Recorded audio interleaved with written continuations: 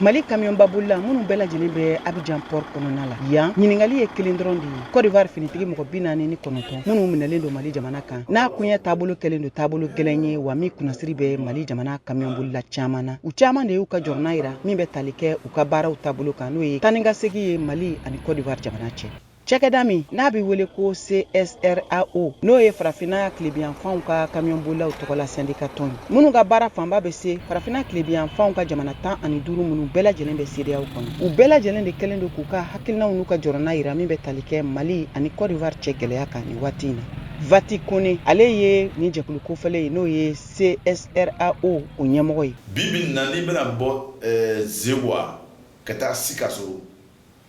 kilo 100 abe convoi le kɛ ni mamlo bɛna bɔ Sikaso sisan ka taa Bamako convoi le bɛ kɛ est ce premier o tun bɛ ye wa o tun tɛ ye d'abord premier mankan tun tɛ ye waati min na ka bɔ Bamako ka na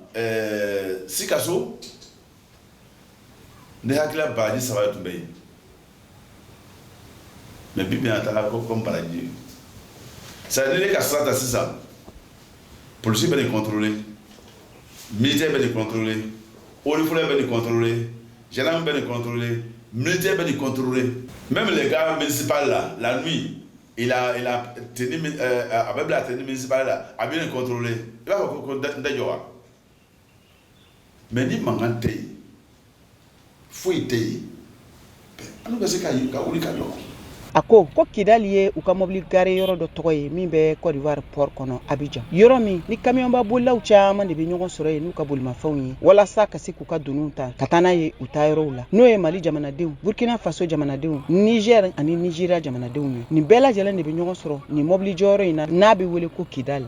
Salif Jara ye Mali mobili ba bolila ye. An bɛ Ala deli de degun de kana yara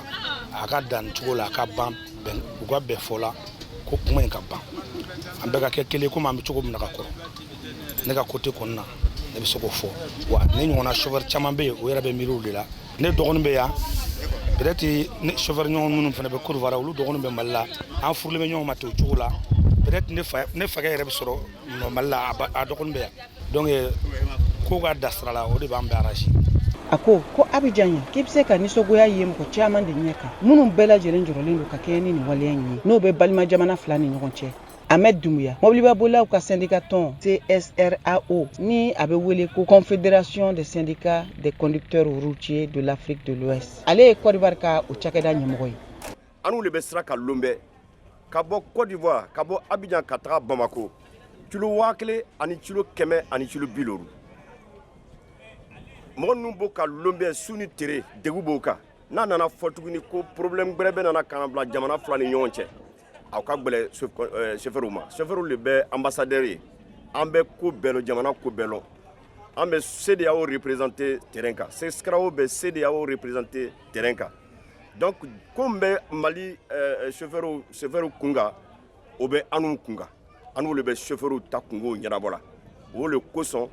depuis a koɲa daminantere an bɛ chauffeur lalila k'a yira o la an bɛ olu kosɔn an bɛna olu jɛmɛ u kana jɔrɔ ko sugu la. A y'a yira k'a fɔ k'u ka wulikajɔ dɔ bɛ tali kɛ kunnafoni ɲuman dili kan mobiliba bolilaw ma walasa ka se k'u hakili lasigi wa min dɔ kɛlen do u ka nin syndicat tɔn in ka baara ye an bɛ don min na komi bi kabiri Côte d'Ivoire ka finitigi mɔgɔ 49 minɛna Mali jamana kan an b'a yira mobiliba bolilaw la k'a fɔ k'u ka n'u sen don nin ko in na bawo politiki ko de do. Traoré Abdul Karim ale ye Burkina Faso camionba bolila ye. Ne bɛ bɛn ne fɛ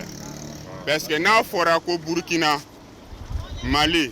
Côte d'Ivoire, Niger ne Karim en tant que chauffeur ne b'a jateminɛ comme dugu kelen de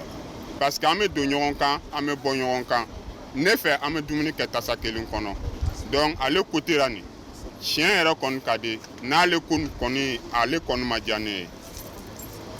parce que n'a fɔra ko mankan bɛ yen mais an yɛrɛ minnu bɛ don ɲɔgɔn kan nin don